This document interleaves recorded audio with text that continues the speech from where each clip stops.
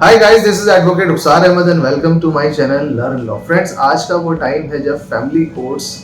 Matrimonial dispute से भरी पड़ी हैं। हर रोज हजारों लाखों की तादाद में केसेस फैमिली कोर्ट्स के अंदर आ रहे हैं, डिस्पोज हो रहे हैं। लेकिन पिछले कुछ सालों में मैं एक नई चीज जो ऑब्जर्व कर रहा हूँ वो है मैट्रिमोनियल डिस्प्यूट्स में एडल्ट्री की इन्वॉल्वमेंट। बहुत जमाने पहले ये देखा करते थे कि हस्बैंड साइड से अफेयर हुआ करते थे और उसके बाद वो ग्राउंड एडल्ट्री का बनता था। सेक्शन 497 के अंदर कंप्लेंट्स कोर्ट के अंदर फाइल की जाती थी और ये वाइफ की साइड से हुआ करता था। लेकिन पिछले कुछ सालों में मैं देख रहा हूँ कि 10 में से 8 मैटर ऐसे आ रहे हैं जिसमें वाइफ की साइड से एडल्ट्री के एलिगेशंस हैं, यानी कि वाइफ की इन्वॉल्वमेंट एडल्ट्री की है और हस्बैंड इस ग्राउंड पर डिवोर्स चाहता है। इंडियन पीनल कोड के अंदर सेक्शन 497 एडल्ट्री को क्रिमिनलाइज करता था। अगर कोई भी एक स्पाउस शादी होने के बावजूद भी, अपने लिविंग स्पाउस के होने के बावजूद भी किसी अन्य लड़के या लड़की के साथ किसी भी तरह के संबंध बनाते थे, अवैध संबंध बनाते थे, तो वो एडल्ट्री में काउंट होता था और उसके ऊपर एक सजा का प्रावधान था। लेकिन कुछ समय पहले सुप्रीम कोर्ट ने सेक्शन 497 यानी कि एडल्ट्री के ग्राउंड को डीक्रिमिनलाइज कर दिया। लेकिन आज ये ग्राउंड, इस पे सजा तो पॉसिबल नहीं है, लेकिन एडल्ट्री एक क्रूअल्टी के दायरे में आता है। यानी कि अगर कोई ये साबित कर दे कि एडल्ट्री कमिट किया उसके स्पाउस ने, तो इस ग्राउंड पर डिवोर्स दिया जा सकता है। फ्रेंड्स, बहुत सारे मेरे ऐसे क्लाइंट्स हैं जो मुझसे ये कहते हैं कि सर, हम ये जानते हैं कि मेरी वाइफ या मेरा हस्बैंड एडल्ट्री कर रहा है, उसके फिजिकल रिलेशन किसी अन्य लड़के या लड़की के साथ हैं, लेकिन मेरे पास कोई सबूत नहीं है। अब मैं अपने पत्नी या पति से तलाक लेना चाहता हूं, लेकिन इसके लिए मेरे पास सबूत नहीं है, तो मैं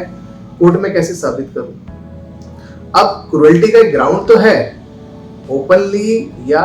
छुपे तौर पर एक लड़का या लड़की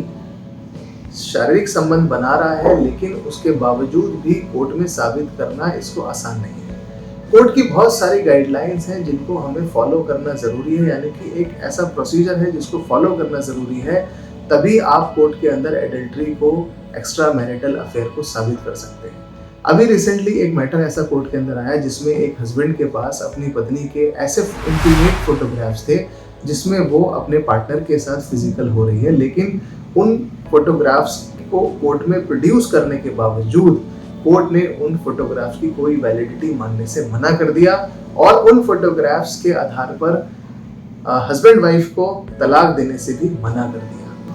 अब वहां पर क्या कमियां थी, क्या वो प्रोसीजरल लैकुनास थे जो आपको बताना जरूरी है। सबसे पहले आप ये समझिए कि अगर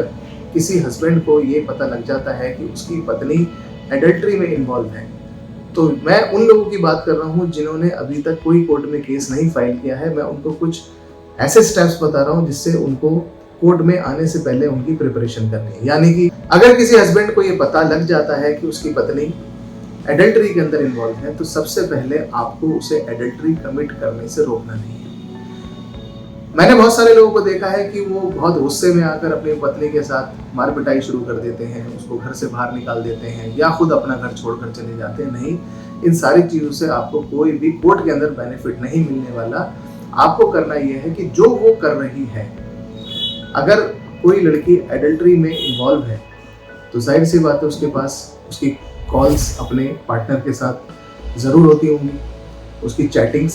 ज़रूर होती होंगी, उनकी इंडोर या आउटडोर मीटिंग्स ज़रूर होती होंगी। अगर मान लो कोई लड़की अपने बॉयफ्रेंड से लगातार बात करती है, उसका बिहेवियरल चेंज है, उसका एक पैटर्न होता है हस्बैंड वाइफ का एक दूसरे से बात करने का, रहने का, लेकिन अचानक से उसके बिहेवियर में चेंज आ गया है और वो अपने हस्बैंड को अवॉइड करके अपने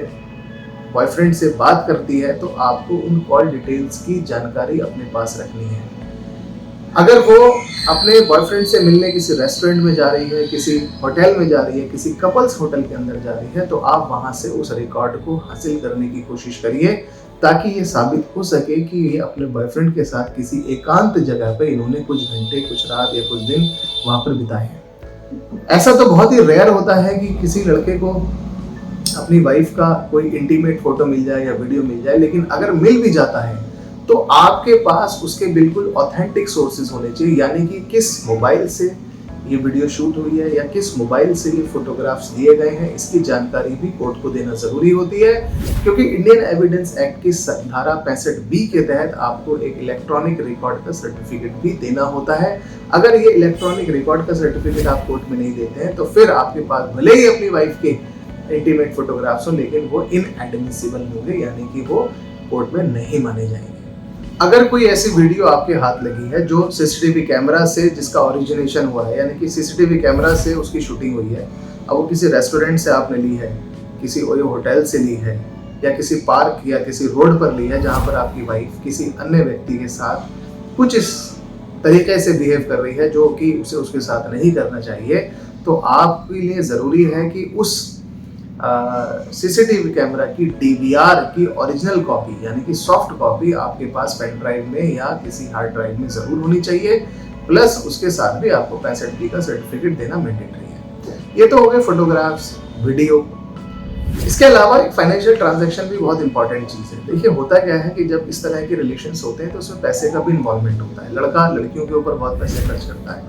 लड़कियां भी लड़कों के ऊपर पैसे खर्च करती हैं, और वो आजकल फोन पे, पेटीएम का ज़माना है, कभी कैश नहीं होता, ऑनलाइन ट्रांजैक्शंस भी होती है। और अगर आपको कोई ऐसी ऑनलाइन ट्रांजैक्शन पता लग जाती है जो कि अपने बॉयफ्रेंड या गर्लफ्रेंड के ऊपर खर्च किया गया है, तो आप उसको भी एक आधार एडल्ट्री का बना सकते हैं। इससे भी आप एडल्ट्री प्रूव कर सकते हैं। फ्रेंड्स, सभी रिलीजन के अंदर, चाहे वो हिंदू लॉ हो, मुस्लिम लॉ, क्रिश्चियन लॉ या स्पेशल मैरिज एक्ट हो, इन सभी में जो डिवोर्स का ग्राउंड एक क्रूएल्टी भी है, और क्रूएल्टी सब रिलीजन में कॉमन मानी जाती है। यानी कि अगर आपने साबित कर दिया कि कोई फाइनेंशियल ट्रांजैक्शन ऐसी थी जो नहीं होनी चाहिए,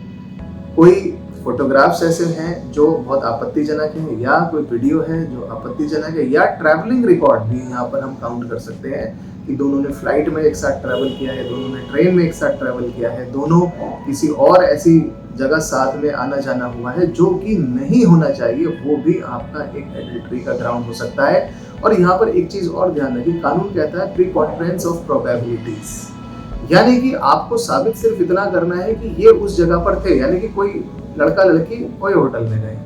अब आपको सिर्फ इतना साबित करना है कि ये होटल के अंदर गए थे, या आपको इतना साबित करना है कि यहाँ से फ्लाइट लेकर ये लोग कश्मीर गए हैं, वहां पर 3 दिन रुके हैं।